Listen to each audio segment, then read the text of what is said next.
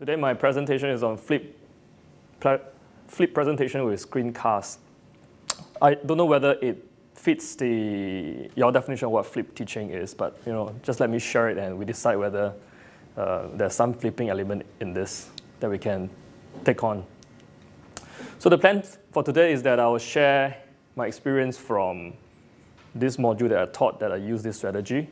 So in a very, very quick slide, what is flipped classroom? Basically reduce the in-class lecture teaching format and then try to increase this opportunity to explore, review materials outside the classroom. So face-to-face instructional time is transformed into inquiry-led, student-centered learning environment. So with this, I learned about this some time ago, and I was just trying to see how I can implement it in my class. But it's not easy. Students may not want to do their work if you just give them flip materials to view or things like that. So I thought about this, and then I actually have a peculiar problem in my course, which is to teach trainee PE teachers within 6 weeks knowledge about motor control and learning. I teach motor control and learning, basically how people learn skills. However, this part of it is only occupying 6 weeks of the PGDE curriculum. So I have a need to teach them as much as I can about motor control and learning, but I have only 6 weeks. 6 weeks times 3 hours, that's not a lot. So what were my strategies? I decided to pick just the key topics to cover in class, and then I do them in greater detail. So I picked key topics to cover in class, and I peppered them with abundant concept building learning activities. So try not to cover too much, in short. However, because I also want those who graduate from my class to be able to know the full scope of what motor control and learning is about, so that they can, in future, go and pick up a textbook and start reading and solving problems that they face. So it is this part that I sort of harness this technology. At that point in time, I wasn't even thinking about flip teaching, but it's really about technology.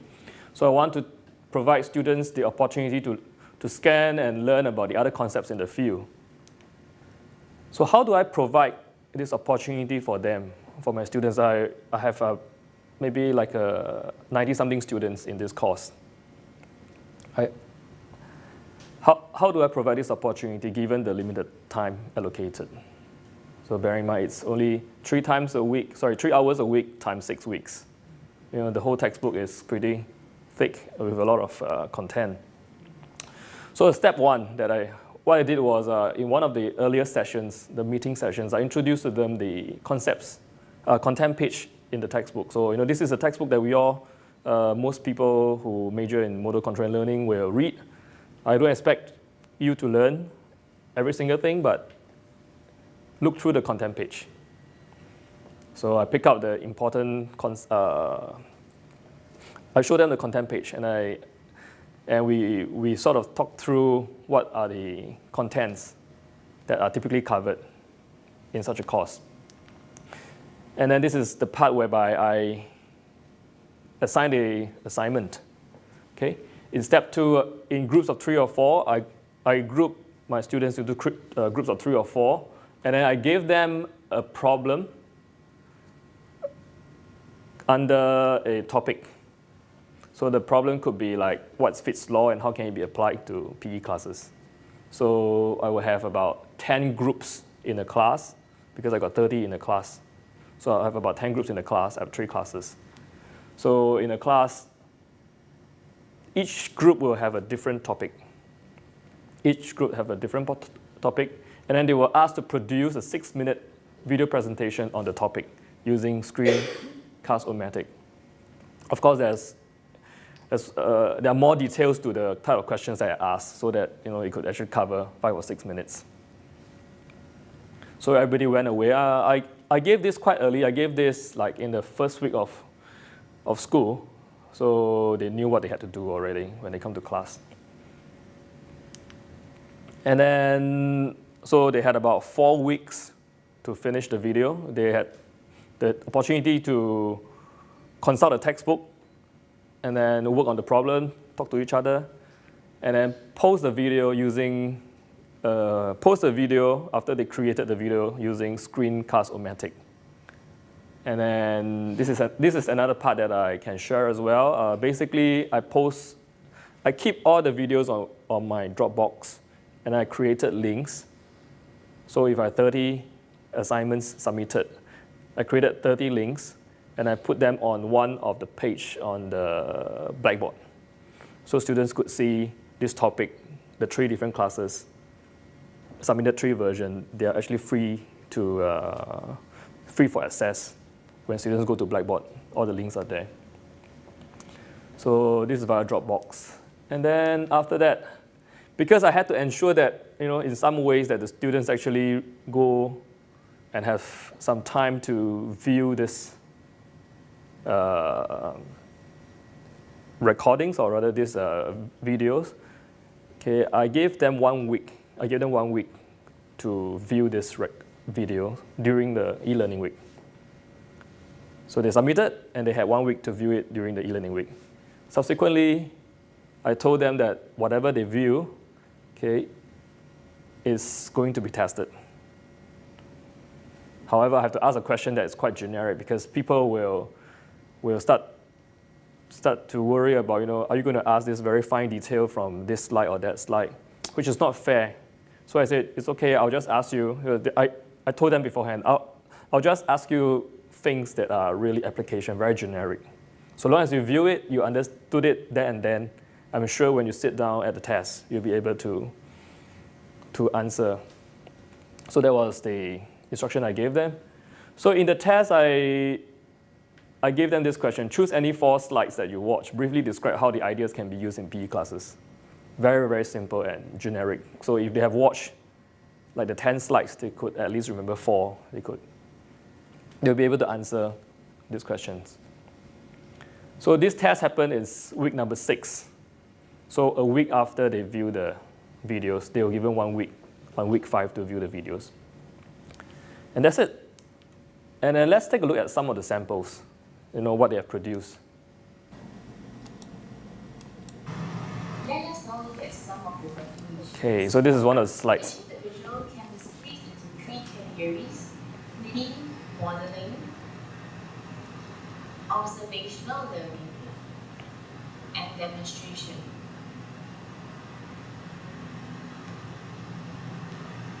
Before we look into important aspects of demonstration, we need to understand how students learn from demonstration. Here are some of the questions we can ask ourselves regarding the demonstration.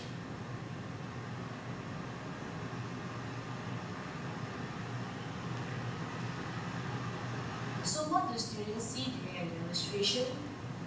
Seeing is what we perceive from what we look at. During a demonstration, an observer perceives and uses the invariant relative motions that characterize the coordinate. So you can see that this is based on PowerPoint slides. And then basically it's still very content heavy. So this is what the student chose to do. Let's look at another version.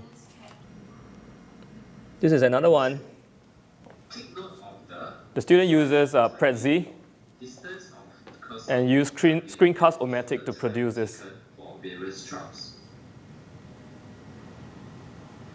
So here, the student uses an example from another video to try to illustrate the idea.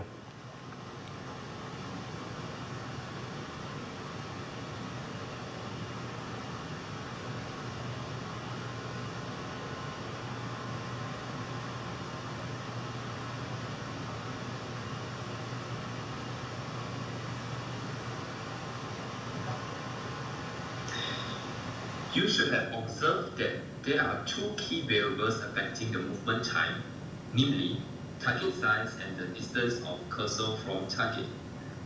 Assuming distance is constant, the bigger the target size, the shorter the time taken for the cursor to reach the target, vice versa. Assuming target size is constant, The shorter the distance, the faster the Here I thought that students actually make use of their teaching skills to, you know, we can conclude to that there is a speed bring accuracy their trade-off. points over When the target size across is to small, the audience. there is a greater emphasis on accuracy. Hence, Okay, you can look at others. Okay, then there are the more interesting ones like this with music, sound, and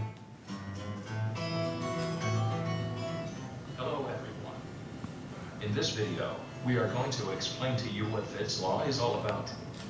We will talk about why the law is important to us as physical education teachers, and how Fitts law can be applied in physical education teaching situations to increase or reduce task difficulty. Fitts law predicts the movement time for a situation requiring both speed and accuracy, in which a person must move to a target as quickly and accurately as possible. Put it simply, the law is saying that the faster you need to make a response, the less accurate you can be. In mathematical terms, Fitts described this relationship in this equation as shown. The variables that predicts the performance outcome are the distance to move and the target size. As the target size becomes or the distance becomes longer, the movement speed will decrease in order to allow for an accurate movement. In other words, there is a speed accuracy trade-off. Many tasks that we do in PE have both speed and accuracy requirements. For example, taking a shot on goal in a hockey game, or swinging a cricket bat. Often, the best way to approach these tasks is to try to move as fast as you can without sacrificing accuracy. Both of these examples illustrate tasks that must be completed quickly, but that depend on a high degree of accuracy. If, on the other hand, you're usually very accurate, when you complete these types of tasks, you might try speeding up a bit to gain a greater advantage. If you miss your target too often, then you should slow down. By understanding Fitts law, PE teachers would then be able to better prescribe or modify the games and activities to suit the abilities of their pupils. Fitts indicated that because I quite like this one. between target size and movement distance, the term, as highlighted, provides an index of difficulty. Let's see. So there are also examples that are not very good because the audio isn't very good, like this one. So it can be difficult for the audience to hear as well. Let's look at this law in terms of equation. In terms of equation, RT is response time equals to A plus B log 2n. A will be the total time that's not Okay, let's take a look at something that was done using the Powtoon. This was done using Powtoon.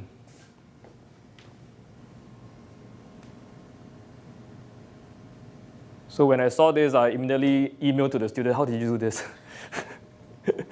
Then he told me, okay, I did this. Contextual interference occurs when there are memory and performance disruption that results from performing multiple skills or variation of a skill with context of practice. It focuses on the distribution of practice time and also the organization of activities. Contextual interference, in fact, it's the learning benefit from performing multiple skills in a high contextual interference practice schedule, rather than in a low CI schedule. Interference results when you switch from one skill to another, or when you are changing the context in which the task is practiced.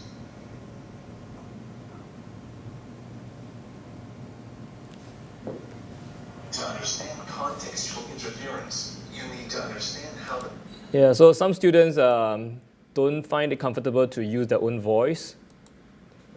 So they use this, what do you call that, voice, speech to, text to speech applications. Okay, so when I got all these products back, my immediate assessment is that, hey, it's not too bad. The quality of work is quite high. They cover most of the points. And then what I feel happy about is that students actually display competency in using this Screencast technology, which will have an implication on their teaching in the future. They should be more comfortable in using flipped teaching because they've gone through this with me here. And then back to my original aim of creating this assignment. This assignment is to allow students to have a quick survey of all the topics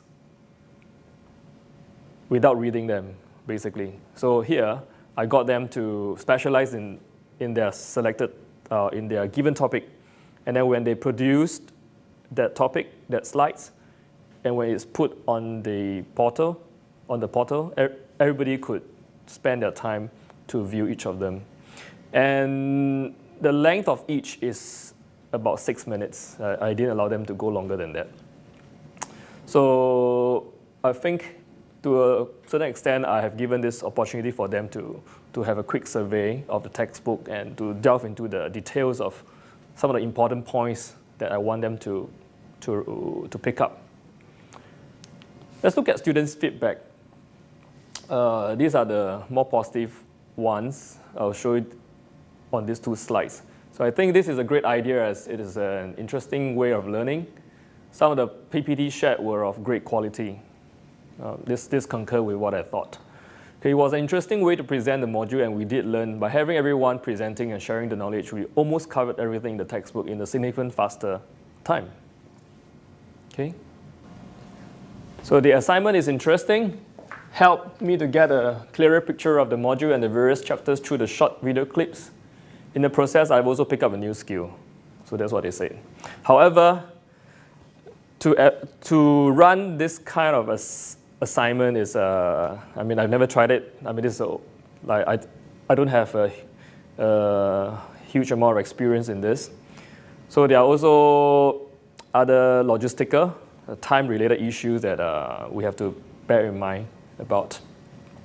For example, I didn't have enough time to check all the videos after they submit because I have only 6 weeks and then they have only this amount of time to produce. And I just have to load everything up for their e-learning week quickly. I can't even give them comments or review or things like that. So that was a problem. And it actually came out when the students gave me this feedback. Say, for example, there was no information or comments on whether the information presented was correct.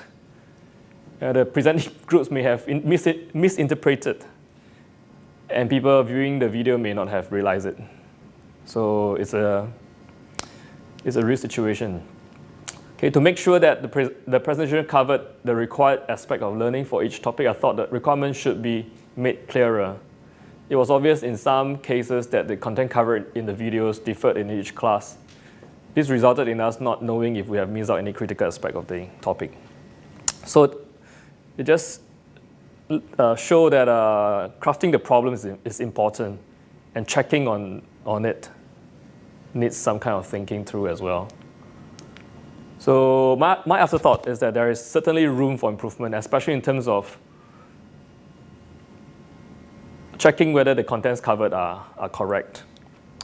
So given the limitation in this time, I thought maybe we need to think of a strategy to help the students, to make the students check their peers' content and then make that learning happen for them that way.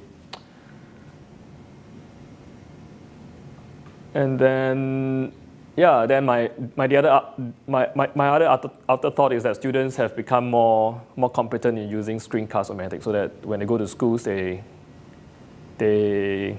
can produce content for flipped learning. That's all I have. I'd like to hear from you. Yep. Feedback or some thoughts. Question. So there are 10 groups per class, right? Yes. So was then each group required to view all the other 9? Yes. Yes. Okay. So you had class A, B, C.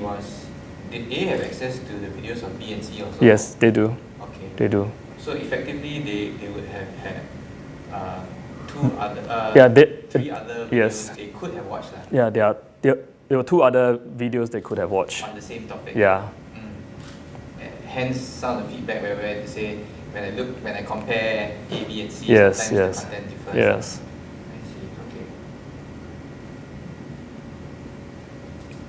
So how do you address the differences then? Surely you didn't go away letting them think that it's okay to have different ideas. Well, How do you address that? I actually did not have time to go back to them again. Yeah, because my 6 weeks ended and the other professor took over. Okay. Yeah.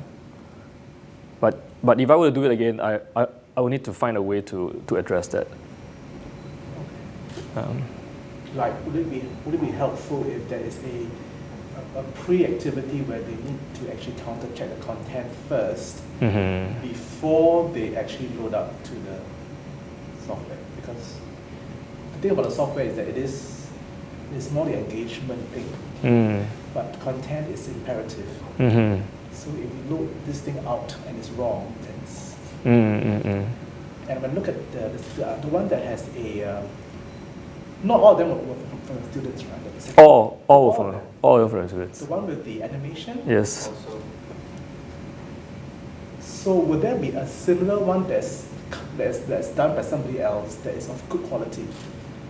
You know what I mean? That outside in the market, would there be similar presentation? That could be, but because the questions that I asked were so specific, like those are my sets of questions. Okay, so you're sure that for all the topics there will probably be no one else doing it outside. Yeah. it's highly contextual. Yeah. Okay. Yeah. Actually, I really like your idea of the way you flipped. Not least because this is I do effectively the same thing in my classes too. It takes advantage of two other dimensions of flipping. The one dimension of flipping that people always talk about is homework in school, schoolwork in home. That's the only flip. That basic flipping is flipping broad tasks in different venues.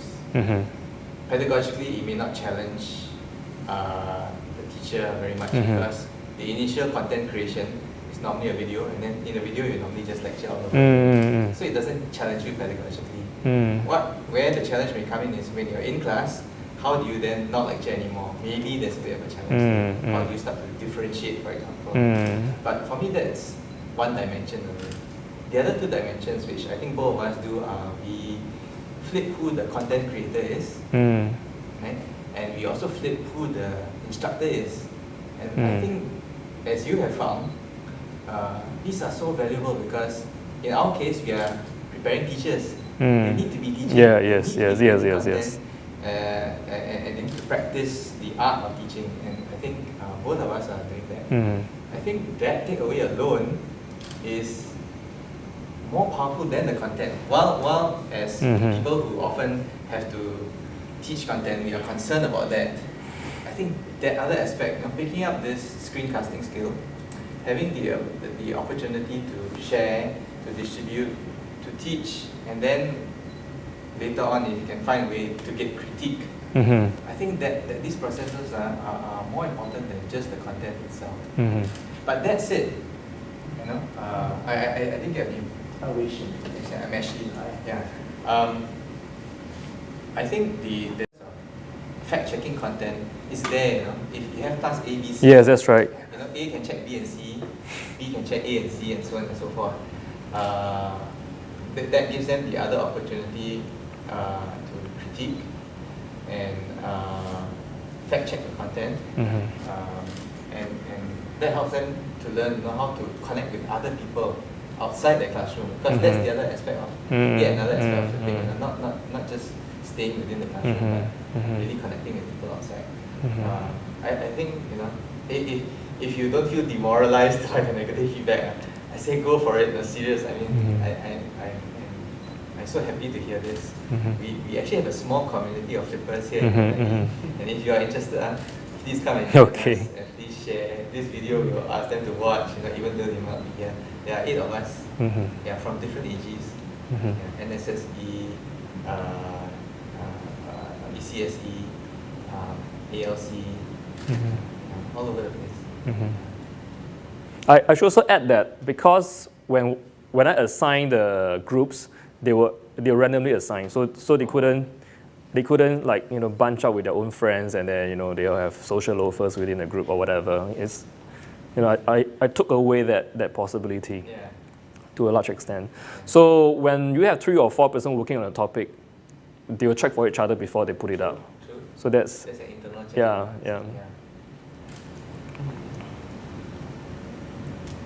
So you gave them about, so they are introduced to it week 1, then by about week 5 they share. Yeah, end of week 4 they should have sent it to me. So they have about 4 weeks of Yeah. My class even less, 3 weeks. And solo work. Okay. That's actually their final presentation. They present a topic that is of that they're passionate in, and then they put it in our online space at Modo, and that's where all the critiquing happens. A lot of half the critiquing happens there. We get a lot of online comments. Then we come to class, and they do flip presentations. In other words, the content consumption needs to be done outside already. Then when they come here, they don't stand up and present like the way they present. Because when that happens, there's only 2 people who are interested. The one presenting and the one evaluating. Then the rest are not really paying that much attention. When I do flip presentations, I divide them into smaller groups, and they present to the groups that want to hear the topic. And then so they have a smaller audience, and then they get critiqued second time around. And then based on the feedback they get online as well as face-to-face, they improve their assignment and then submit it. So the flip presentations is a form of formative assessment. That's one way I find. I give them 2 rounds of critiquing, so they don't give me that feedback of, I don't know whether what I said was right or wrong. Okay. It's a very human process. It's a non-technological process. Yeah. You have to have the time. But for me, this is despite having less time than you. I'm able to fit this in because I don't manipulate the time. I manipulate the function. Who needs to do what? And my learners are older than yours. Yours are the PGDE, right? They're the younger ones. The ones that we would say are more tech savvy. Actually, not always the case, right? And I will find that's not always the case. Mine are the older learners, the in-service teachers. So and they can still do it. So. Interesting. But it's great fun. It's really great fun. Yeah, I did it with a master's class once as well, last semester. So instead of asking them to present, I wanted them to read a research article in detail, and then instead of asking them to present in front of like 30 of us, and that will take a long time, I say, okay, let's do this.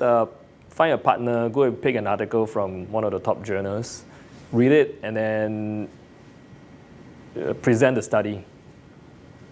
So that was also quite successful to some extent, but again, logistically, it really almost like killed me because I have to view all of them within a very short period of time. I view, and then I have to think of what question I can ask them the next week so that, So yeah, unknowingly I sort of created more work for myself, to be done in a short period of time. Yeah. But this does actually create more work. I also find it. It creates intensive work. So maybe not so much more, but there will be periods of time when it gets very intense. Yes.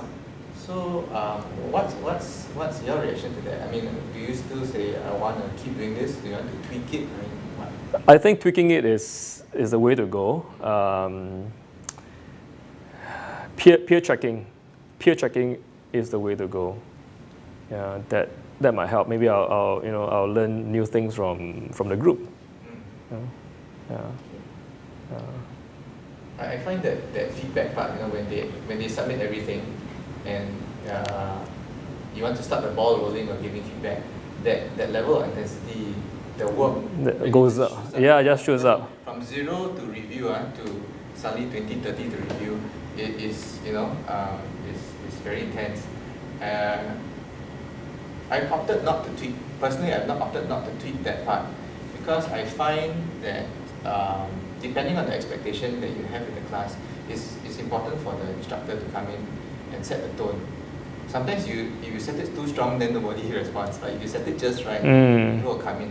But I find that it's necessary for me to come in, and I find that I can give feedback immediately to about 75% of every submitted work. And as long as I set the expectation that those of you who submit early, you get feedback early. Those of you who submit later, you get more peer feedback than from me. As long as they realize, you get feedback from somebody who cares about your presentation. That's wonderful. And because they get so motivated by the process, it motivates me. It gives me energy back to I don't mind having this. Yeah, to view again and then to check again. It's really intensive process because the rewards the process itself is like wow, so painful. I gotta watch. I mean, I'll be in the queue or in the bus, like trying to watch a video and trying to give feedback. Like, yes. Tell me about it. Trying to watch something and give them feedback. But then the rewards either being appreciative of the feedback, the quality of the presentation goes up, and of course feedback comes back, thank you, this was such a powerful experience. All that is so motivating that I don't mind doing that, So that part I really haven't tweaked because I just found it to be so motivating for the learner and myself as a co-learner. Anyway, that's my $2, not 2 cents. But wonderful. I'm very glad to hear this. Thank you.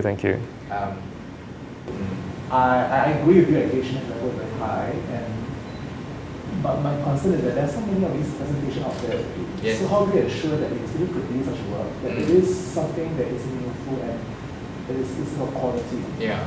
So that's where I'm coming Eventually, from. you reach a critical mass Or the good output. Yeah, and then maybe they can do less content creation and more content curation, picking from the best. Yeah. I'm actually doing a YouTube series now on flipping the classroom, and this week's topic is what flipping is and what flipping isn't. I could have gone off on fresh. Do it all over again, but all I do is link to an existing video that describes what a flip isn't, and then link to a website that says what a flip is. And so then I didn't have to teach so much, I mean, it really cut the video down. It could have been 10 minutes long, but all my videos are about 3.5 minutes. See? So to take your point, that really there is a lot of content out there already. We teach our teachers, our learners to learn how to curate, to choose, to be critical of what is accurate content or not. If some inaccuracies come in, then again there's an opportunity to critique and then reteach the thing. So that's why I really like the flip approach. It changes the way we teach, what we think is the right way to teach. NSSE, the chemists, they get their student teachers to teach each other organic chemistry procedures. Initially they did like, I'm the content expert, I must do it. Then after they got the student teachers to do it, then they found that to actually be even more powerful. And I think they are doing research on that.